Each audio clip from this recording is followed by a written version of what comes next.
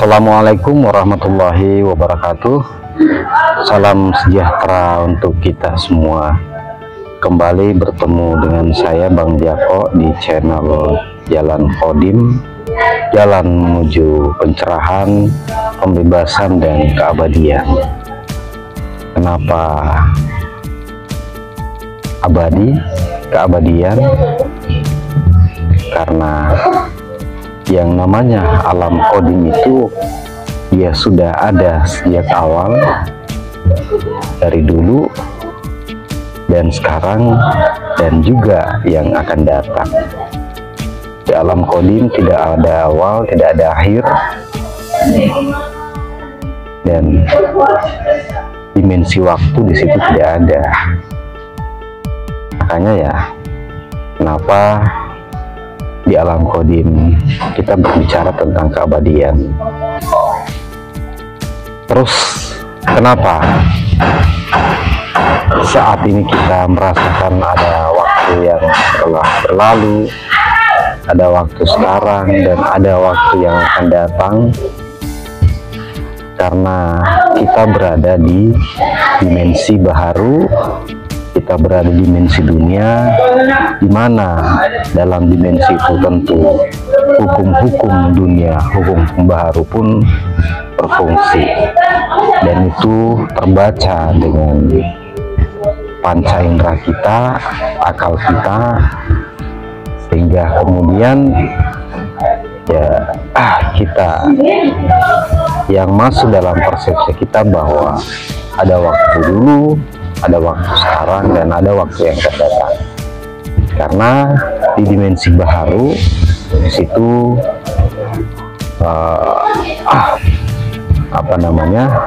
waktu itu menjadi salah satu hukum yang berlaku, karena di situ ada pergerakan, ya, ada sebuah gerak, di mana dalam gerak itu kemudian melibatkan unsur waktu di situ.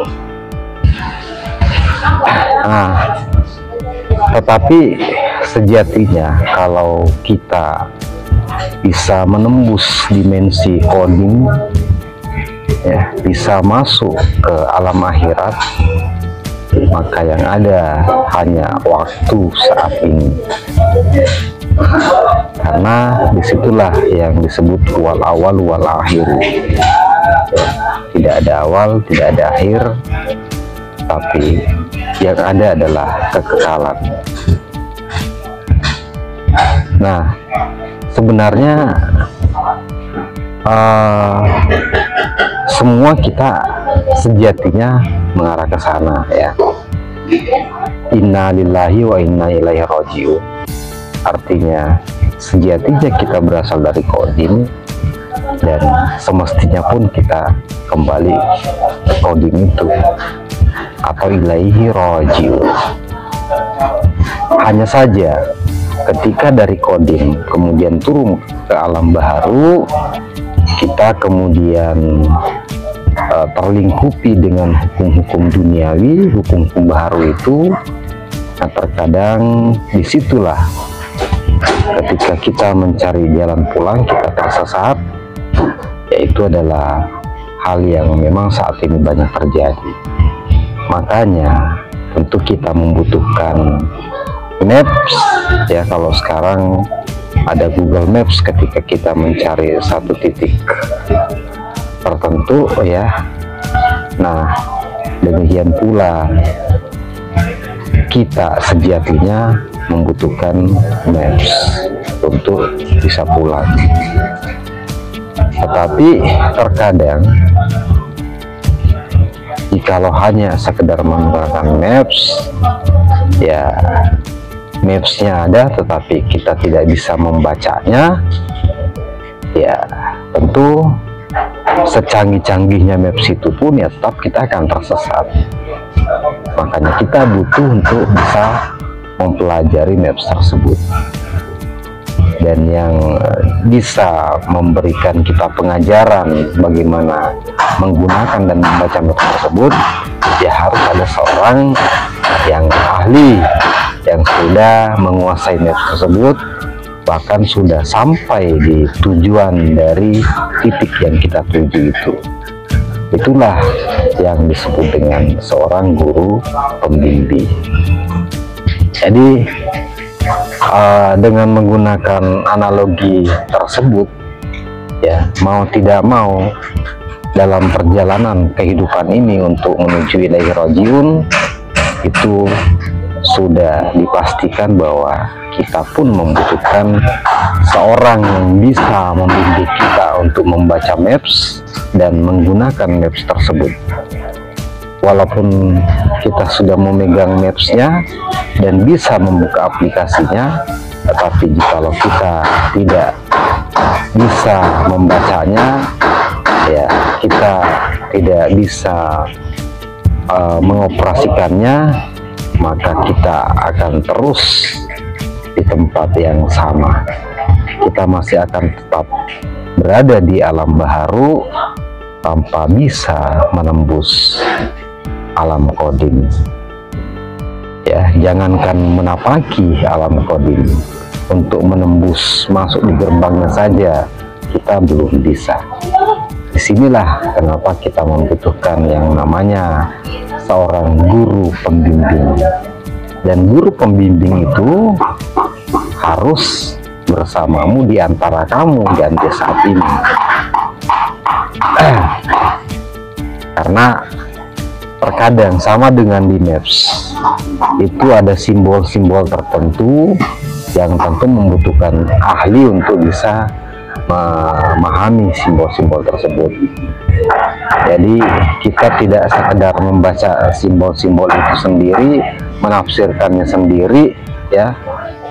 Nah, tetapi tentu kita membutuhkan seorang guru pembimbing langsung yang sudah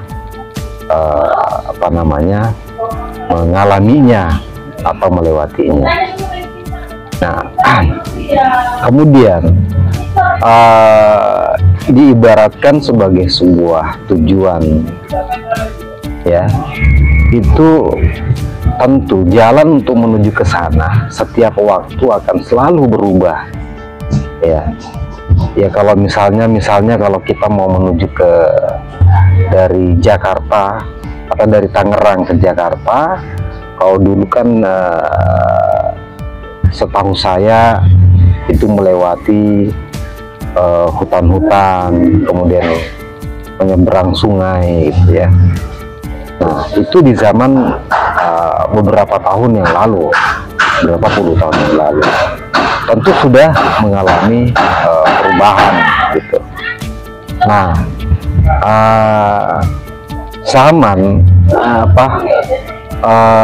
situasi jalan dari Tangerang ke Jakarta puluhan tahun yang lalu tentu itu sudah berbeda dengan jalan dari Tangerang menuju ke Jakarta di saat ini, di tahun ini, ya. Jadi kalau kita menggunakan petunjuk, ya, dengan situasi zaman yang sudah berlalu, ya mungkin ya saya juga bisa pastikan bahwa kita juga akan tersesat, ya, karena tentu sudah berubah zamannya.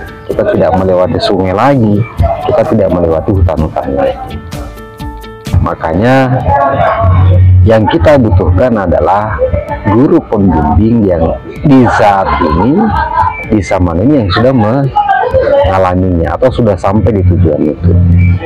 Kalau misalnya yang kita gunakan adalah petunjuk-petunjuk di mana itu sudah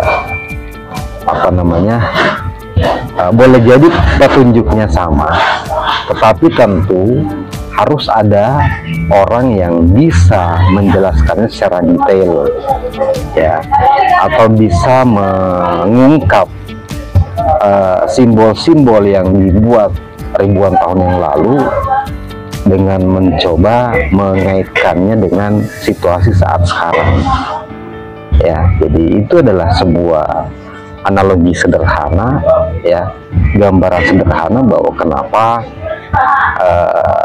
selalu diutus seorang yang menjadi pembimbing kita di setiap zaman, ya. Jadi yang saya ingin tekankan bahwa guru pembimbing itu adalah bukan yang sudah ribuan tahun yang lalu, tetapi di saat ini, ya, di zaman ini, dan dia ada di antara kita. Kita berkomunikasi langsung dengan dia. Ya, ketika dalam melewati perjalanan itu kita didampingi oleh dia. Ketika misalnya ada persimpangan, tentu dia akan menunjukkan bahwa kamu belok kiri, kamu belok kanan. Nah, tentu persimpangan yang sudah ada itu ya bisa jadi di puluhan tahun yang lalu itu tidak ada persimpangan itu, ya. Tetapi sekarang karena sudah banyak jalan-jalan yang dibangun, ya, tentu kita akan banyak menemui persimpangan-persimpangan. Disitulah kita membutuhkan yang namanya seorang guru pembimbing yang di saat ini, di zaman ini, dan dia ada di antara kita. Oke, saya pikir sangat logis, ya, sangat jelas, sangat clear bahwa kenapa di setiap zaman itu harus selalu ada seorang utusan yang membimbing kita untuk menuju pada yang maha kodim itu, ya, yang maha segalanya, atau bagaimana kita bisa ilaihi rajiun. Sampai di sini, ketemu di uraian berikutnya bersama saya Bang Jako di channel Jalan Kodim.